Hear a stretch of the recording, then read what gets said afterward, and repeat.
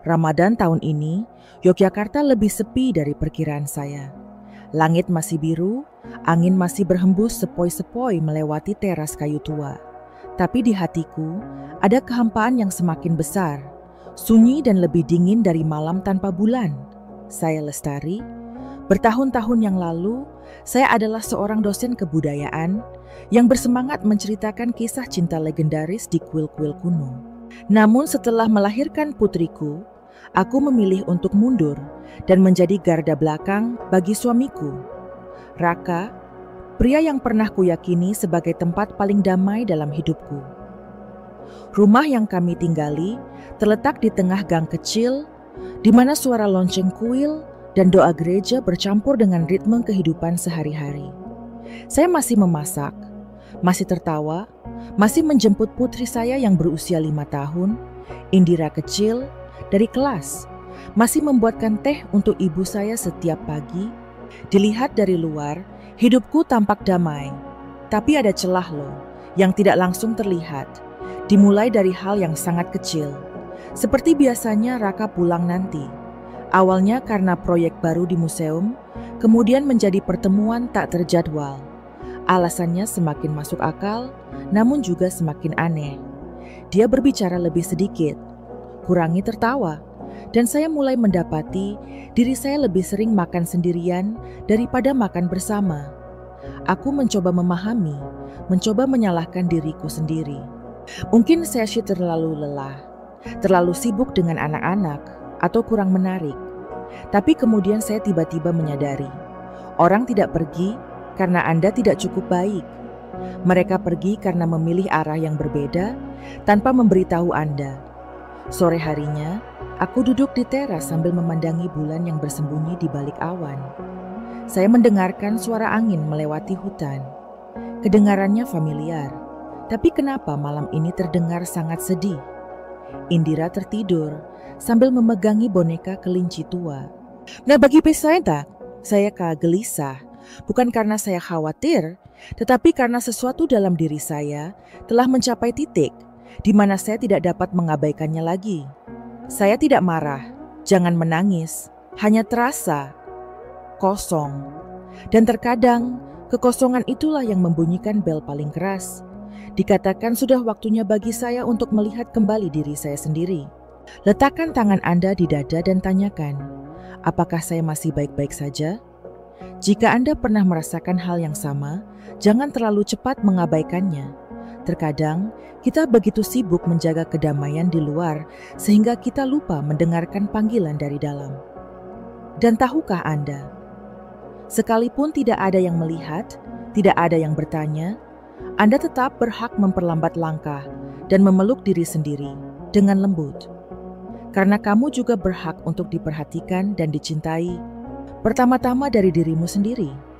Dulu aku percaya bahwa pernikahan, meski terkadang sulit, cinta saja sudah cukup untuk menyatukan semuanya. Namun ternyata ada retakan yang tidak mengeluarkan suara. Ada pula patung yang terkesan kokoh, namun diam-diam pecah sedikit demi sedikit. Ramadan masih berlalu, seperti tahun-tahun sebelumnya. Namun Raka, suamiku, tidak lagi sama. Dia menjadi pendiam, mudah tersinggung, dan entah bagaimana, menjauh. Tak perlu kuucapkan, aku bisa merasakannya. Merasakan dari matanya, dari cara dia diam-diam mengetik di telepon, dari keheningan yang aneh di antara waktu makan keluarga yang semakin singkat. Saya ingat, ada suatu malam ketika kami berbaring bersama, membicarakan impian dan rencana kecil untuk masa depan. Dan sekarang, kami berbaring di ranjang yang sama, namun terpisah lautan. Dia tidur dengan punggung menghadap, ponsel selalu di tangan, bahkan membawanya ke kamar mandi. Awalnya aku pikir, ini pekerjaan yang berat. Jadi aku berkata pada diriku sendiri untuk tidak meragukannya. Tapi hati seorang wanita, loh, punya perasaan yang aneh. Tidak perlu bukti, cukup perasaan saja. Suatu hari, saya sedang melipat pakaian di kamar saya ketika teleponnya berdering. Pesan masuk dengan cepat muncul di layar. Nama yang aneh, disertai simbol hati dan tulisan.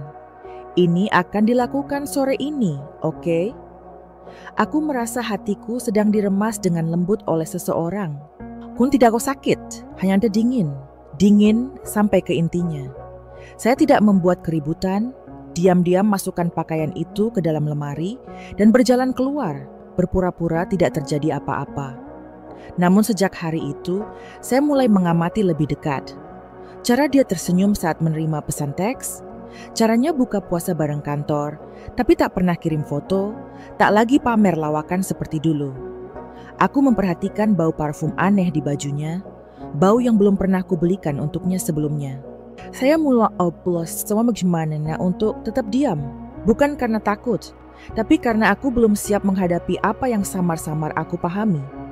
Rasa sakit itu, menurutku, lebih besar daripada sebuah pengakuan. Itu berasal dari pengulangan, dari saat dia menatapku seperti orang asing.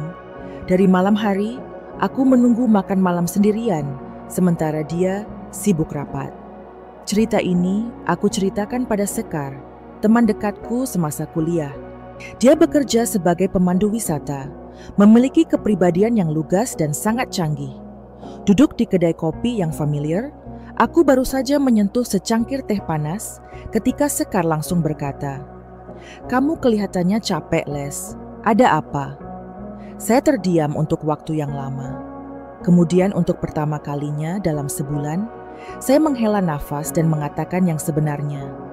Sekar tidak banyak bertanya, hanya memegang tanganku dan berkata, "Kalau kamu tidak siap lihat langsung, biar aku yang lihat." Aku tersenyum, tidak menjawab. Namun di hati saya, sebuah celah terbuka. Sebuah celah cukup untuk menembus cahaya. Cukup bagi saya untuk mengetahui bahwa saya tidak lagi sendirian dalam perjalanan ini. Beberapa hari kemudian, Sekar menelponku dengan suara serius. Katanya, secara kebetulan, saat berkeliling resor Ulen Sentalu, dia memergoki Raka sedang makan malam bersama seorang wanita. Keduanya duduk berdekatan, tertawa dan berbicara, dan tidak terlihat malu sama sekali. Atmosfer pertemuan, bukan buka bersama kantor, seperti yang Anda katakan kepada saya. Dan tentu saja, tidak ada museum yang buka selarut itu. Saya mendengarnya tanpa banyak kejutan. Sebaliknya, rasanya seperti patung familiar di pikiranku telah hancur. Tapi yang menakutkan adalah tidak pecah, tidak roboh, hanya retak. Dan begitulah yang terjadi, sedikit demi sedikit, hingga ketika Anda menoleh ke belakang, Anda menyadari bahwa Anda hidup dalam reruntuhan. Saya pulang hari itu, memeluk Indira, dan tidur lebih awal. Gadis kecil itu berbisik, "Ayo makan vegetarian lagi besok, oke Bu?" Aku mengangguk, lalu mencium kening anakku. Dalam hatiku, ada sesuatu yang bergerak sedikit. Bukan karena marah, bukan karena cemburu. Tetapi karena saya mulai melihat dengan jelas. Kapan saya menjadi begitu jauh dari diri saya sendiri? Aku mencoba melestarikan sesuatu yang hancur, dengan berpura-pura tidak melihatnya. Namun suatu saat, ketika sudah merasa muak, Anda tidak ingin menahannya lagi. Anda tidak perlu badai untuk bangun. Satu patung retak saja sudah cukup untuk membuat Anda tahu bahwa Anda perlu berubah. Dan pada saat itu, pertanyaannya bukan lagi, "Mengapa kamu seperti itu?"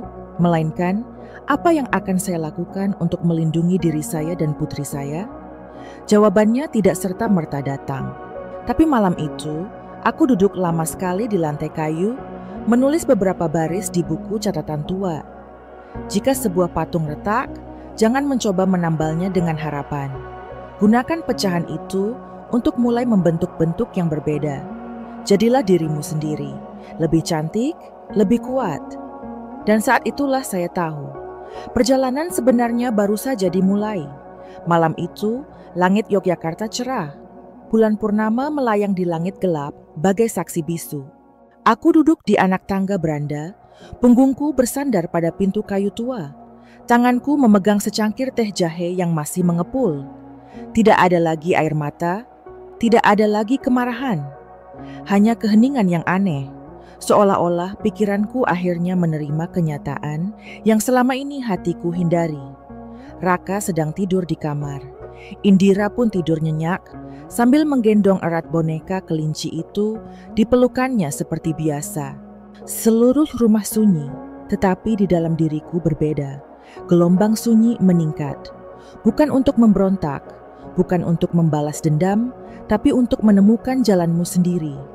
Jalan lain, tenang, tapi jelas. Aku mengeluarkan sapu tangan dari sakuku dan meletakkannya di telapak tanganku. Di dalamnya ada benda kecil, kunci lemari arsip yang sudah lama saya simpan. Lemari itu ada di kantor lamaku, sebuah ruangan yang tidak lagi dimasuki siapapun.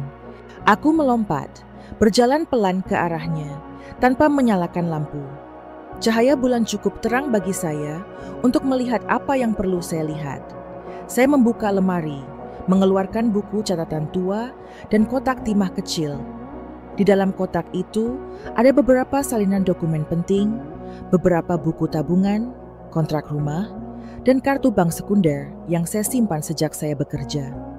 Saya dengan lembut membelai lapisan tipis debu yang menutupi permukaan file. Aku sudah lama tidak menyentuhnya, karena aku yakin suamiku tidak akan pernah melakukan apapun yang membuatku harus membela diri. Tapi malam ini, aku tidak lagi berpikiran seperti itu. Aku diam-diam duduk di meja kayu kecil di ruangan itu dan membuka buku catatan. Tanganku mulai mencatat setiap pengeluaran terkini dan transfer mencurigakan yang dapat kuingat. Aku menggunakan ponselku untuk masuk ke rekening bankku. Rekening yang aku dan Raka gunakan untuk berbagi. Tidak butuh waktu lama bagi saya untuk melihat apa yang perlu saya lihat. Ada transaksi yang dilakukan di tempat-tempat yang belum pernah saya kunjungi. Restoran mewah di Kaliurang, toko perhiasan kecil, dan beberapa setoran ke e-wallet dengan nama yang aneh. Saya mengambil tangkapan layar dari setiap baris transaksi. Bukan untuk mengancam, tapi untuk mengingatkan diri sendiri bahwa ini bukan lagi perasaan, inilah kebenarannya. Dan ketika kebenaran sudah jelas, hal yang harus dilakukan bukanlah menangis, tapi bersiap. Ketika saya masih muda, saya adalah orang yang tegas.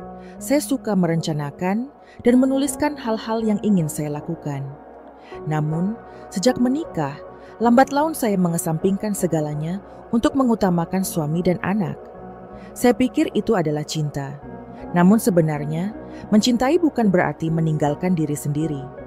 Aku mengeluarkan selembar kertas baru dan menulis dengan jelas, Rencana Lestari. Kedengarannya lucu, tapi memberinya nama membuatku merasa seperti sedang melakukan sesuatu yang serius dan disengaja.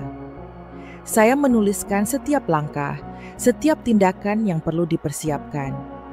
Memeriksa keuangan, melindungi hak-hak putri saya, berbicara dengan ibu saya, mengatur segala sesuatunya jika perlu, dan akhirnya menghadapinya. Tidak ada perjuangan untuk menang, namun untuk mengakhiri hal-hal yang sudah tidak pantas untuk dilanjutkan. Saya teringat gambaran Candi Prambanan, tempat saya pernah berceramah kepada murid-muridnya, menceritakan tentang cinta Rama dan Shinta. Orang sering menekankan kesetiaan Shinta, tahun-tahun penantiannya. Namun hanya sedikit orang yang memperhatikan rasa sakit yang harus dia telan, tantangan yang hanya bisa dipahami oleh wanita. Dulu, aku mengagumi Shinta, tapi sekarang saya ingin menjadi versi yang berbeda. Seorang Shinta tahu batas, tahu cara mundur ketika cinta disakiti. Bulan masih terang, angin masih bertiup sepoi-sepoi. Saya merasa tidak takut lagi. Aneh sekali. Mungkin karena begitu dihadapkan pada kenyataan, semua ketakutan menjadi lebih kecil. Saya tahu saya akan mengalami banyak malam yang panjang, banyak momen yang melelahkan, tetapi saya juga tahu saya tidak lagi sendirian. Karena sekarang aku membela diriku sendiri. Tahukah Anda, satu hal yang saya pelajari dari perjalanan ini adalah ketika wanita kesakitan, mereka seringkali diam. Itu bisa menjadi dia masa bagi mereka untuk tukang mengumpulkan kekuatan, supaya suatu hari mereka melangkah keluar, bukan untuk mempermasalahkannya, tapi untuk menutup babak lama dengan segala kewarasan mereka. Aku menata ulang tumpukan kertas itu dan menyimpannya dengan hati-hati di dalam kotak. Sebelum keluar ruangan, aku menoleh kembali ke kursi dosen tua, tempat aku biasa duduk berjam-jam menulis makalah untuk mahasiswa. Senyum tipis muncul di bibirnya. Mungkin ini saatnya aku kembali ke jalanku sendiri. Bukan sebagai seorang istri, tapi sebagai wanita seutuhnya. Kuat, mandiri dan bermartabat. Malam itu, aku tidak berdoa agar Raka kembali. Dan aku juga tidak mengharapkan keajaiban. Aku hanya berharap aku cukup kuat untuk tidak perlu menunggu lagi.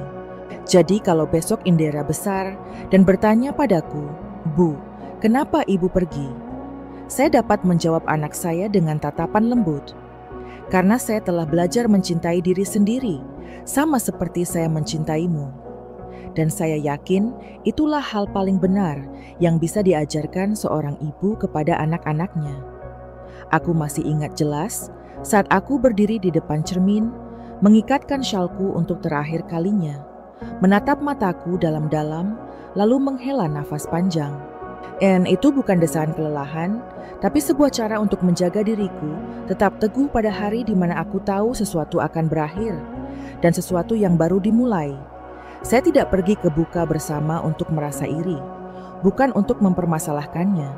Aku datang karena aku perlu tahu pasti, perlu menghadapi dengan segala yang telah kusiapkan selama ini, kepercayaan yang hancur, harga diri yang baru bangkit, dan hati yang tak lagi takut hancur.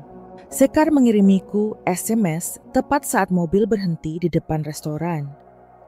Mereka sudah duduk, meja pojok, dekat jendela kaca. Aku menarik napas dalam-dalam, lalu berjalan masuk. Cahayanya hangat, suara sendok yang membentur piring keramik terdengar lirih.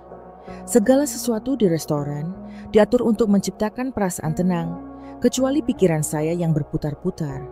Dan kemudian saya melihat mereka. Raka, suamiku, sedang duduk di sana, tangannya diletakkan santai di samping secangkir teh, tersenyum pada seorang wanita muda yang belum pernah kutemui.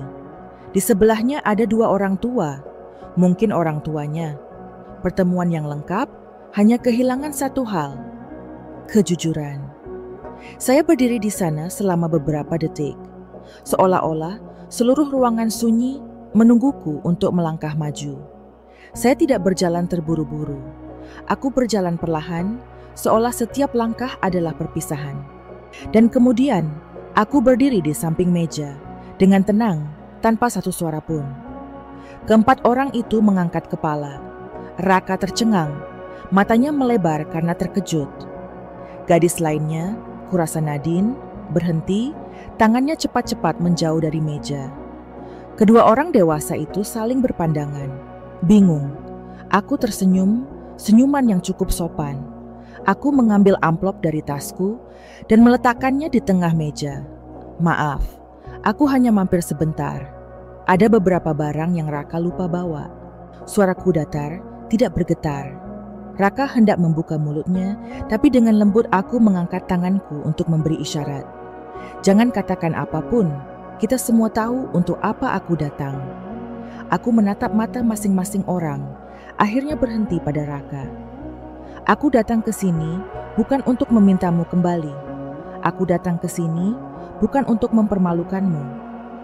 Aku datang untuk mengakhiri apa yang kamu tidak punya keberanian untuk mengakhirinya. Saat itu, aku melihat dengan jelas mata Nadine berubah warna. Dari percaya diri hingga canggung, orang tuanya memandang ke arah Raka, lalu ke arahku. Saya kira mereka mencoba mengumpulkan informasi. Bagi saya tidak membutuhkan mereka untuk langsung memahaminya. Satu-satunya hal yang saya butuhkan adalah berjalan dengan kepala tegak. Saya berbalik dan pergi. Tidak perlu menahan siapapun. Tidak perlu ada yang menjelaskan. Karena terkadang, hal yang paling jelas terletak pada keheningan. En tersiksta dismisik darmus isten. Anda sedang memerlukan pengakuan. Sekar menunggu di depan pintu. Dia dengan lembut meremas tanganku. Kami meninggalkan restoran. Tak satu pun dari kami mengatakan apapun sepanjang perjalanan pulang. Tapi saya tahu, dia mengerti bahwa ada pertempuran. Perempuan tidak perlu berteriak untuk menang. Ada keheningan yang bergema lebih keras dari 1000 tuduhan. Malam itu, aku duduk di samping tempat tidur sambil memperhatikan Indira yang tertidur. Gadis kecil itu memeluk boneka kelinci itu erat-erat, bernapas dengan teratur seperti lagu pengantar tidur masa kecil. Aku membelai lembut rambut anakku sambil berbisik, seolah mengingatkan diriku sendiri. Aku tidak akan membiarkanmu tumbuh di rumah di mana cinta hanyalah kedok yang indah. Saya membuka amplop kedua. Salinan dari amplop yang saya tinggalkan di atas meja. Di dalamnya ada foto-foto pengiriman uang untuk membeli hadiah untuk Nadine. Foto mereka berdua yang diambil diam-diam dari jauh. Dan pesan dari akun sekunder yang baru-baru ini kutemukan. Saya menyimpan semuanya bukan untuk menakut-nakuti mereka, namun agar ketika diperlukan, saya dapat melindungi diri saya sendiri. Sehari kemudian, Raka menelepon. Saya tidak mengangkat telepon. SMS itu datang, panjang, penuh permintaan maaf, penuh ingin bicara lagi, bahkan sedikit panik. Tapi aku tidak menjawab. Saya pun tidak perlu sampai tadi mendengar apa-apa lagi. Apa yang perlu dikatakan, saya katakan dengan tindakan. Dan apa yang perlu disimpan, saya simpan untuk diri saya sendiri dan putri saya. Saya tidak merasa sombong. Saya tidak mencari penderitaan orang lain. Saya hanya ingin kedamaian. Dan terkadang, untuk mendapatkan kedamaian, Anda harus meninggalkan tempat di mana segala sesuatunya dulu terjadi, dengan keberanian yang tidak Anda sadari sebelumnya. Amin Senda tahu, Tashking cuma merasa kita perfection, kita harus mengklarifikasi dan membicarakan semuanya untuk menyelesaikannya. Namun nyatanya, ketika Anda sudah cukup melihat, cukup mengetahui, dan cukup menderita, kesimpulan yang paling jelas adalah Anda memilih untuk pergi dengan lembut tanpa meminta izin. Saya tidak tahu apa yang ada di depan, tapi aku tahu satu hal. Aku bukan lagi wanita yang duduk di rumah menunggu pesan aku akan pulang larut malam. Saya adalah orang yang masuk ke restoran yang diterangi cahaya lilin, mengungkapkan kebenaran kembali, dan pergi dengan bermartabat. Dan jika suatu saat Indira bertanya padaku, apa yang ibu lakukan saat dia terluka? Aku akan memberitahunya malam itu, bahwa dia tidak memilih untuk membalas. Ibu memilih untuk kembali dengan dirimu sendiri. Setelah malam itu, saya tidak menyangka keajaiban akan langsung datang. Kenyataannya, setelah berani membela diri, kamu masih akan merasa hampa, masih harus menghadapi pagi yang penuh ketidakpastian, masih ada saatnya kamu terbaring meringkuk dalam selimut tanpa tahu kenapa air mata jatuh tanpa suara. Tapi bedanya, kali ini aku tahu kenapa aku menangis, dan aku tidak lagi malu dengan air mata itu. Aku pindah kembali tinggal bersama ibuku di perbukitan Menoreh. Tempat yang tidak ada jalanan yang bising, tidak ada lampu mobil yang terang benderang, namun dengan kabut pagi yang tipis menutupi jalan setapak, suara kicauan burung yang membangunkanku setiap pagi, dan yang terpenting, ada keheningan. Keheningan yang sudah lama hilang di malam hari menunggu kepulangan Raka, dengan janji-janji yang tak kunjung terwujud. Awalnya, saya hanya ingin istirahat. Jangan lakukan apapun. Saya menghabiskan lebih banyak waktu dengan Indira. Ibu dan putrinya menyiram tanaman, menggambar, dan memasak hidangan sederhana, namun menyenangkan. Aku sadar, di masa lalu, aku terlalu banyak melewatkan momen-momen indah bersama anak-anakku hanya karena terlalu sibuk menjaga rumah yang bukan lagi sebuah rumah sesungguhnya.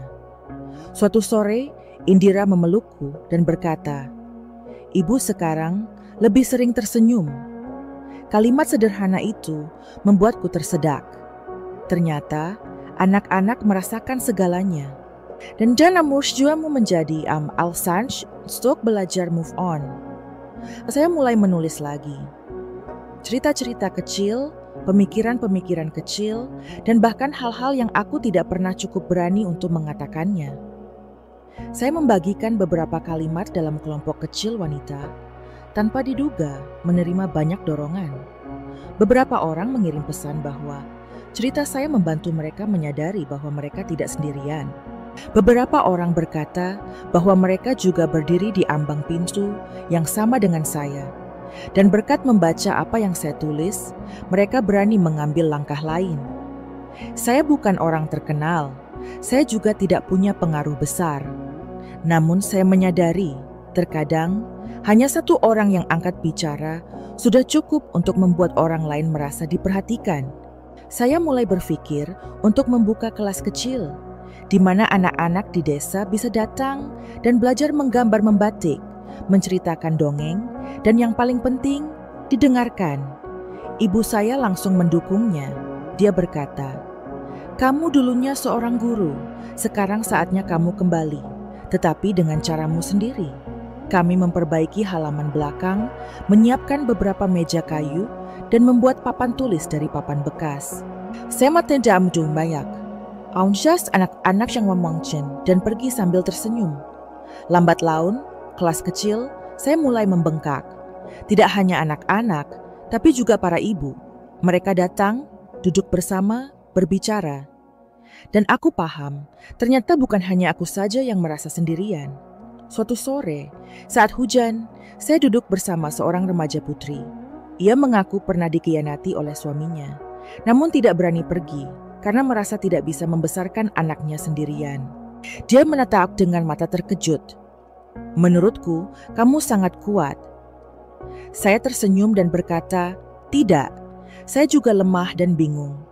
Namun saya tidak ingin putri saya tumbuh dengan keyakinan bahwa wanita harus menderita untuk bisa mencintai. Anda tahu, saya butuh waktu lama untuk memahaminya. Mencintai itu bukan berarti mempertahankan hubungan yang sudah mati. Mencintai terkadang melepaskan, agar keduanya bisa terbebas, dan agar kita punya kesempatan untuk hidup kembali. Hidupku tidak lagi glamour. Saya tidak lagi memakai lipstik setiap pagi atau mengenakan gaun cantik ke kantor. Tapi aku merasa aku benar-benar hidup. Saya tertawa terbahak-bahak, tidur nyenyak, dan makan tanpa menahan air mata. Saya memulainya lagi, bukan dari awal, tapi dari tempat di mana hati saya disembuhkan. Indira masih menjadi pusat dunia kecilku. Dia suka berbaring dan mendengarkan saya bercerita. Suatu hari, aku mencoba menceritakan kepada anak-anakku tentang kisah cinta Rama, Shinta yang pernah aku beritakan. Namun pada akhirnya, aku berkata kepada anakku, Shinta tidak menunggu selamanya Rama. Pada akhirnya, dia memilih hidup damai, karena dia tahu dia pantas mendapatkannya. Indira mengangguk, lalu memelukku. Saya juga ingin tumbuh seperti Shinta. Aku tersenyum dan membelai rambut anakku. Kamu akan menjadi lebih kuat dari itu. Hari-hari berlalu tidak cepat, tapi lembut. Saya menanam beberapa semak bunga lagi di teras depan. Bunga mekar di waktu yang tepat, sama seperti hatiku. Sekali kering, sekali beku. Namun kini, ia bisa melunak, menghangat kembali, dan mekar seolah tak pernah terluka. Suatu saat, saya melihat Raka dari jauh, dalam perjalanan kembali ke kota untuk mengambil dokumen. Dia berjalan sendirian, sosoknya lebih kurus, matanya lebih gelap. Anda juga melihat saya. Kami berdiri terpisah beberapa langkah, hanya mengangguk untuk menyapa seperti dua orang yang saling mengenal, namun memilih jalan yang berbeda. Tidak ada yang menyalahkan siapapun. Tidak ada yang berbalik, dan saya pikir mungkin itu cukup.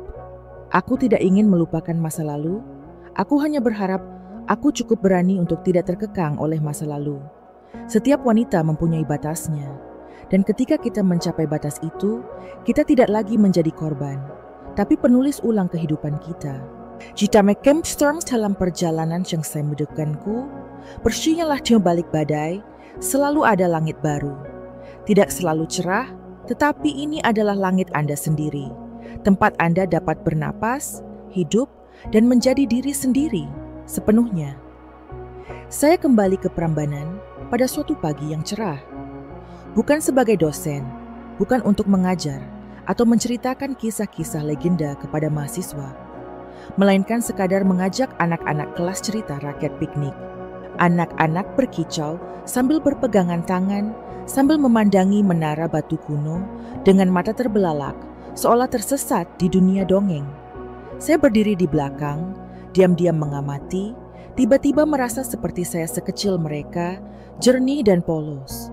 Ketika saya masih mahasiswa, saya jatuh cinta dengan tempat ini sejak pertama kali saya tiba. Dinding batu, ukiran yang menakjubkan, dan kisah Rama. Cinta pernah membuat saya percaya bahwa cinta tidak dapat diubah. Saya biasa membicarakannya dengan penuh semangat, seolah-olah cinta ideal itu mampu bertahan dalam segala tantangan. Namun hari ini, dengan berdiri di ruang itu, saya menceritakan kisahnya dengan cara yang berbeda. Tidak ada lagi mawar, tidak ada lagi akhir yang bahagia. Namun anehnya, masih penuh harapan, hanya harapan yang berbeda. Saya duduk di atas batu dekat kuil utama dan memanggil anak-anak. Hari ini aku bercerita tentang Shinta, tapi itu versi baru, tidak seperti di buku. Anak-anak penasaran dan mendengarkan dengan penuh perhatian. Saya bercerita tentang Shinta, wanita yang menunggu di tengah hutan, yang sangat setia pada cintanya. Namun saat diselamatkan, dia dicurigai oleh Rama, dipaksa untuk membuktikan tidak bersalah. Diuji oleh orang yang pernah dia percayai. Aku berhenti membicarakan bagian itu dan memandangi gadis-gadis itu. Kalau itu kamu, apakah kamu akan sedih diragukan seperti itu oleh orang yang kamu cintai? Seorang gadis kecil bernama Intan dengan malu-malu menjawab, "Aku sedih, Nona. Demi cinta, kalian harus saling percaya, kan?" Saya mengangguk. Benar, Intan. Tapi di cerita versi baru hari ini, Shinta tidak berusaha membuktikan apapun lagi. Dia keluar dari istana dan membangun kuil untuk dirinya sendiri. Bukan untuk menunggu siapapun kembali, tapi untuk menjalani kehidupan yang bebas dan damai. Mata anak-anak itu melebar. Seorang anak kecil tertawa. "Ceritamu sangat berbeda dengan buku." Saya tersenyum. Karena kehidupan nyata terkadang tidak seperti dongeng. Tapi bagusnya adalah, aku bisa menulis ulang akhir ceritaku sendiri. Saya katakan itu bukan hanya agar anak-anak mengerti, tapi juga untuk mengingatkan diri saya sendiri.